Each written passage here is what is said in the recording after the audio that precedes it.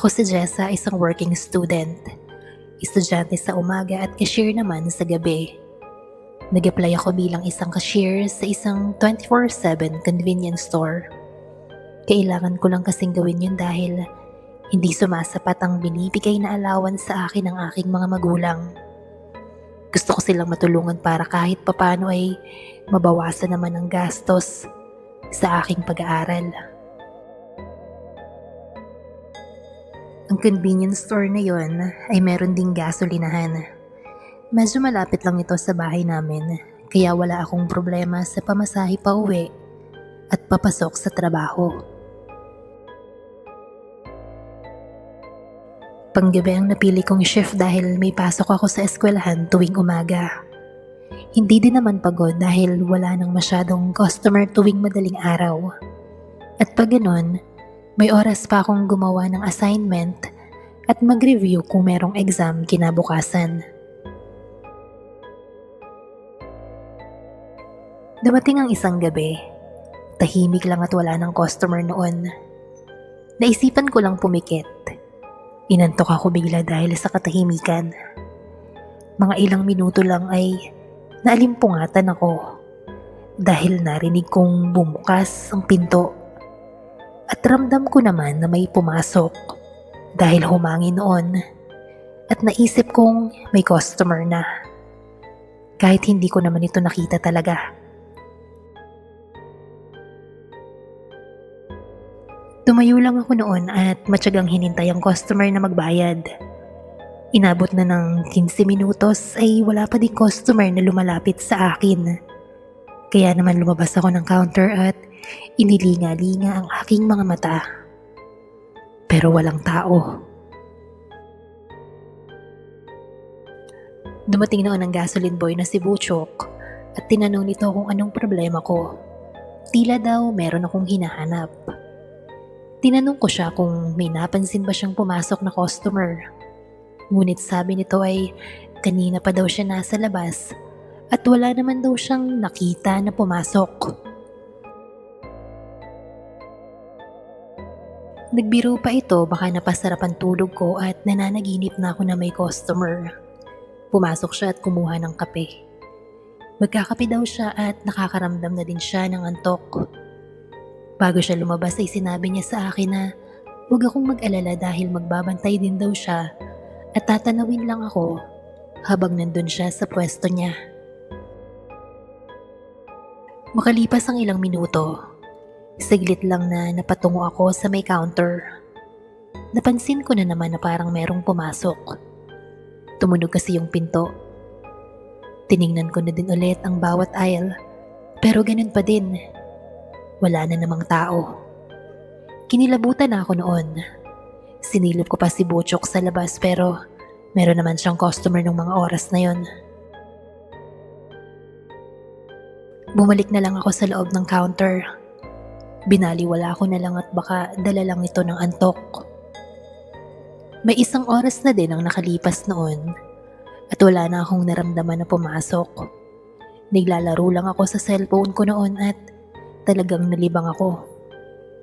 Nakatungo lang ako noon at nung saglit na maitaas ko ang ulo ko, muntik na akong mapasigaw. Sobra ang gulat ko at muntik ko pang mabitawan ang hawak kong cellphone. Paanong nangyari na hindi ko napansin na may nakapasok na palang customer?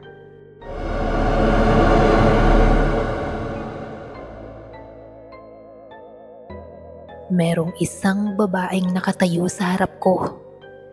Naka-t-shirt ito na kulay itim at nakapantalon. Mahaba ang kanyang buhok. Maputi ito pero yung puti niya ay sobrang putla.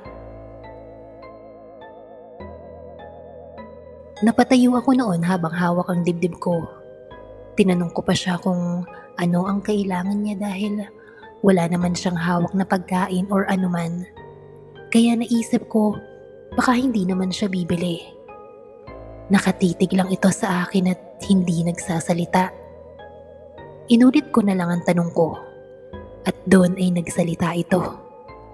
At ang sabi niya ay baka pwede daw makainom. dahil kanina pa daw siya nauuhaw. Agad ko namang kinuha ang tubig ko at inabot ko ito sa kanya. Kinuha niya ito at nagpasalamat. Tumalikod na din ito at umalis. Sunod nun ay pinagpatuloy ko na lang ulit ang paglalaro ko sa cellphone nang maya-maya ay bumukas ang pinto. Si Butchok. Pinuntahan ako sa counter at nagtanong ito. "Sino yung kausap mo? Kita kita sa pwesto ko, may kinakausap ka eh." "Ah, yung babae. Nanghingi ng tubig. Nauuhaw daw kasi siya." "Sino namang babae yun?" "Yung babaeng maputi, yung nakaitim." "Wala naman akong nakita na kausap mo. Kahit ilang beses kong ikurap ang mata ko, wala talaga. Nagsasalita ka lang sa hangin kanina."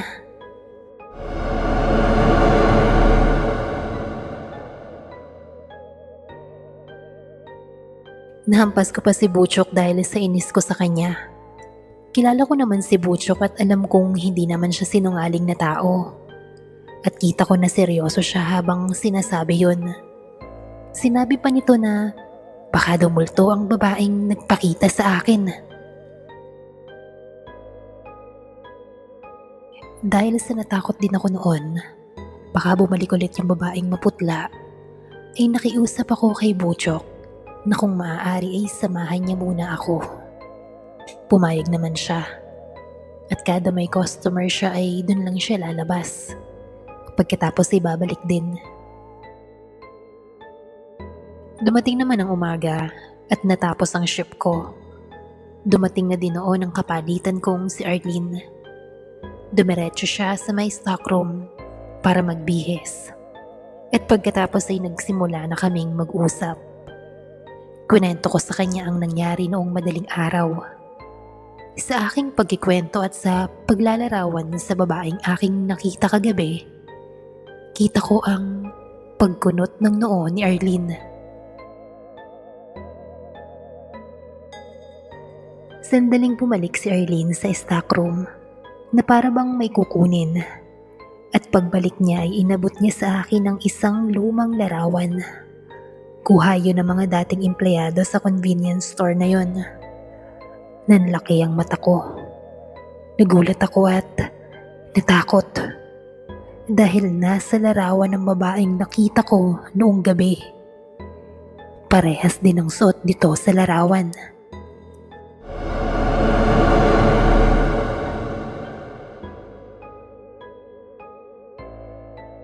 Ang kwento ni Arlene, ang babaeng tinutukoy ko ay ang dating kahera sa convenience store na yon. At matagal na daw itong patay. Matagal na wala ang dating kahera na yon, natawagin nyo na lang Sheila. Walang sinong nakakaalam noon kung asan siya. Pero dumaan ang ilang linggo ay natagpuan itong walang buhay sa may tabing ilog sa kabilang bayan. Sa tagal nang nangyari noon ay mukhang hindi pa din natatahimik ang kaluluwa nito. At magpasa hanggang ngayon ay patuloy na gumagala pa din ang kanyang kaluluwa.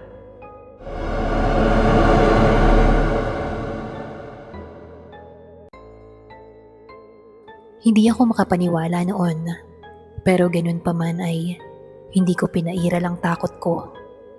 Nagpatuloy pa din ako sa pag-duty ko tuwing gabi. At sa awa naman ng Diyos, hindi na muling nagpakita pa sa akin ang multo ng dating kahera.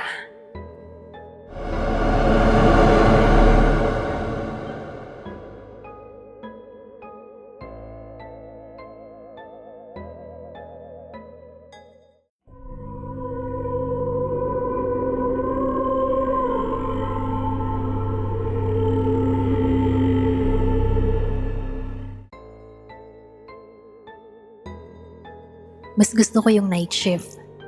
Hindi ko alam, sanayan na lang din siguro. Pakiramdam ko kasi buhay na buhay ako pag walang araw. Kaya naman noong dumating yung gabi na yun, na may kung anong kababalaghan akong naranasan. Kaya napilitan na din akong magpang-umaga. Tawagin mo na lang akong Lira.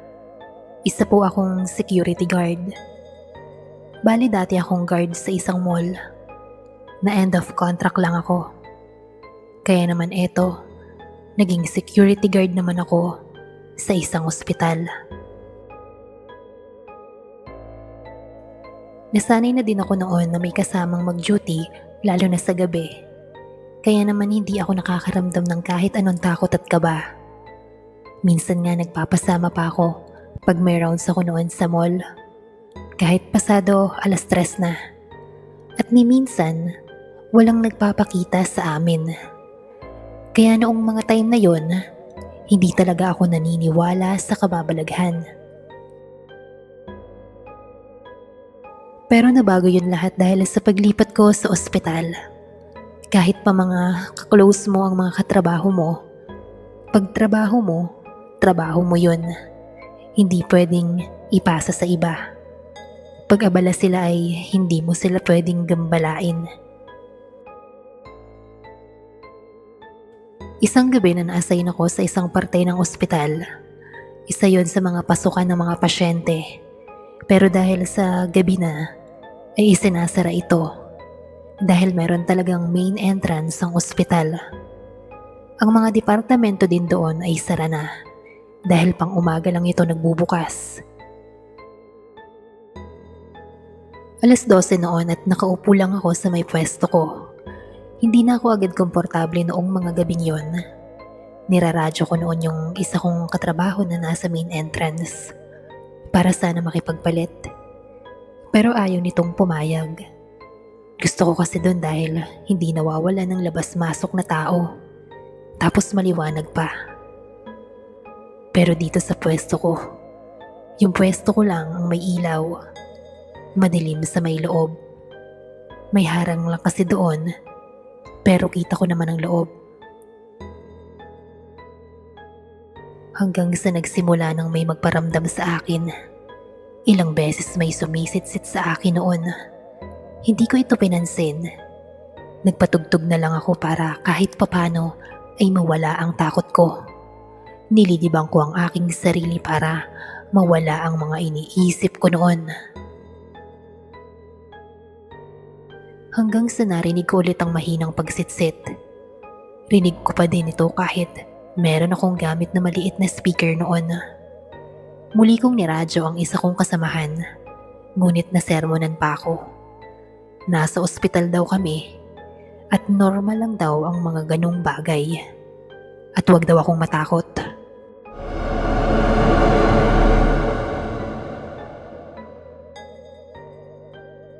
Wala na akong magagawa noon. Pasado 3:00 na ng madaling araw. Napaidlip ako saglit. Nagising lang ako dahil sa tawanan na aking naririnig. Tawa ng mga bata na animoy naglalaro. Naghahabulan. Napatingin ako noon sa loob. Nanlaki ang mata ko dahil may mga anino doon. Anino ng mga bata. Tinapatan ko ito ng flashlight. Naglaho naman ito kaagad. Kitang-kita ko noon ang mga batang naghahabulan. Hindi yun mga totoong bata.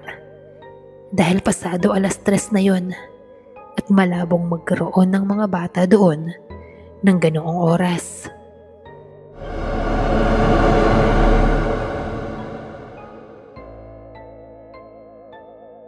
Sa mga oras na yun ay nagtitindigan na ang mga balahibo ko. Parang nilamig ako noon.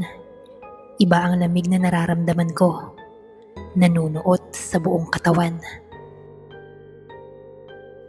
Radyo ako ng radyo sa mga kasamahan ko noon dahil iba na ang pakiramdam ko. Para akong lalagnatin sa sobrang takot pero walang pumapansin sa akin. Dahil sa sama ng pakiramdam ko ay napasubsob muna ako sa may desk ko. Mga ilang minuto lang ay may tumapik sa akin, dahilan para magising ako. Papungay-pungay pa ang mga mata ko noon at nanlalabo pa ang paningin.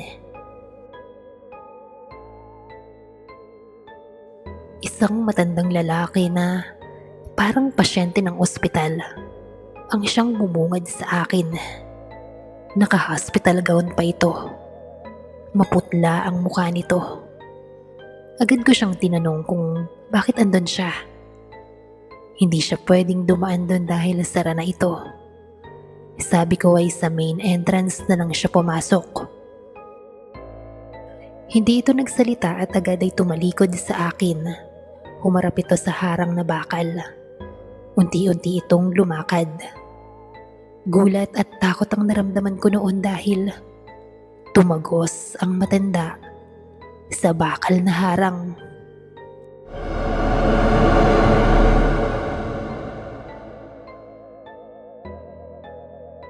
Hanggang sa makapasok na siya sa loob at naglakad papalayo. Hanggang sa unti-unti itong naglaaw sa dilim.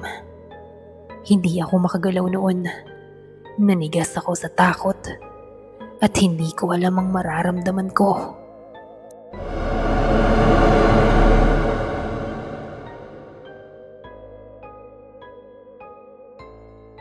Walang ano-ano ay kinuha ko ang lahat ng gamit ko at pumunta ako doon sa isang kasamahan ko sa entrance.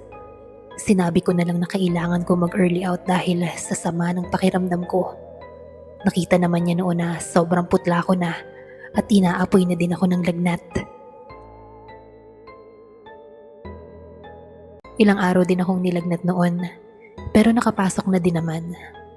Pinagpaliwanag ako ng head namin bakit ko iniwan ang pwesto ko noong gabi na yon. Kwento ko lahat ng kababalaghan na naranasan ko at humingi ako ng pabor kung pwedeng pang umaga na lang ang shift ko dahil paggabi ay hindi ko na yun kakayanin. Pumayag naman ang head ko noon. Isang taon na din akong guard sa ospital na yon. Paminsan-minsan ay may night shift pa din ako pero hindi na ako nagpapa-assign doon sa area kung saan ako nakaranas ng kababalaghan. Mas gusto ko sa maraming tao. Pag ganun, walang gumagambala sa akin na kung anumang spirito.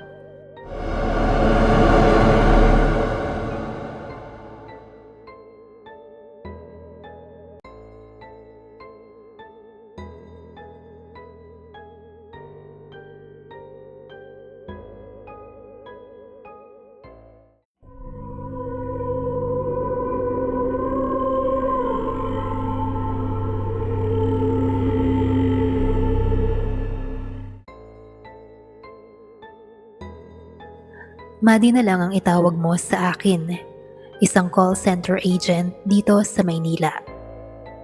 Mahigit 2 taon na akong call center. Unang trabaho ko ito. Sa tagal ko dito sa trabaho ay wala akong kahit isang karanasan na masasabi kong nakapagpatayo ng balahibo ko.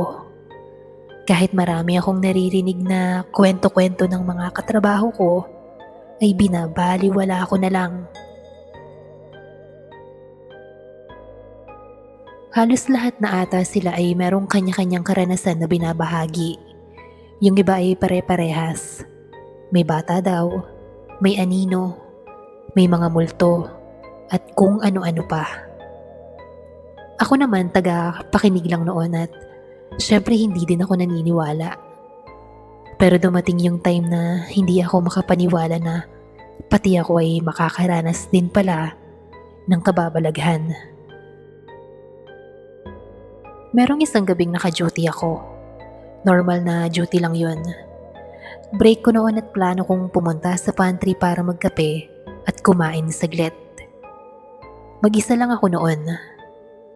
Nung nasa loob na ako at nagtitimpla ng kape, nagpatay sindi noon ng ilaw na never namang nangyayari sa amin. Halos matapos ko na ang pagtitimpla ng kape ay patay sindi pa din ang ilaw na yon. Lumapit ako sa switch para tingnan. Pinindot ko ang on and off. At sunod nun ay umayos naman ito. Pero bago pa lang ako maglalakad at lalapit sa lamesa, ay nangyari na naman na Nagpatay-sindi ulit ang ilaw. At sa pagkakataong yon nang lingunin ko ang switch, kita kong merong isang nilalang na lahat ay kulay itim ang kasuotan. Para siyang anino na hindi ko mawari kung ano. Paulit-ulit nitong pinipindot ang switch ng ilaw. At nang mapansin nitong nakatingin ako, ay lumingon ito sa akin.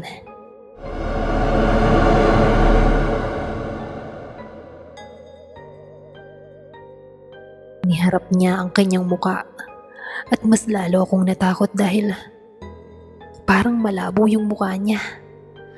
Wala siyang ilong, mata. Ang meron lang ay ang labi. At ngumiti ito ng dahan-dahan habang paulit-ulit na pinipindot ang switch ng ilaw.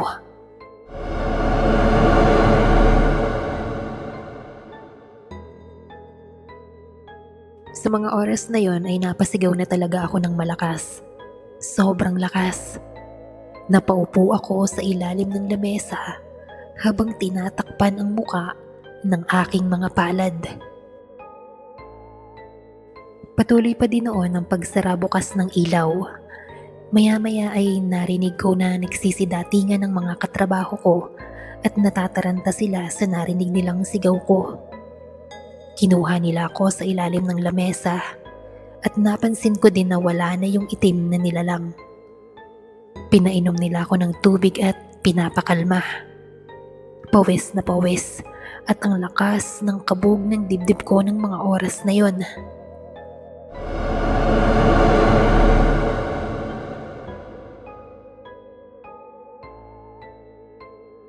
Umiiyak ako habang kinikwento sa kanila kung ano ang nakita ko.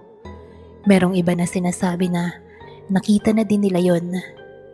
Meron din namang nagsasabi na gawa-gawa ko lang daw. Pero basta, nakita ko at hindi ako sinungaling. Wala naman akong mapapala kung gagawa lang ako ng kwento. Nung naranasan ko yon, naging matatakotin na ako. Kapag magsi-CR lang ako, lagi na ako nagpapasama. Pati doon sa pantry na yon, kung saan merong isang nilalang na hindi ko alam kung multo ba o ano, na basta-basta na lang nagpapakita at nananakot.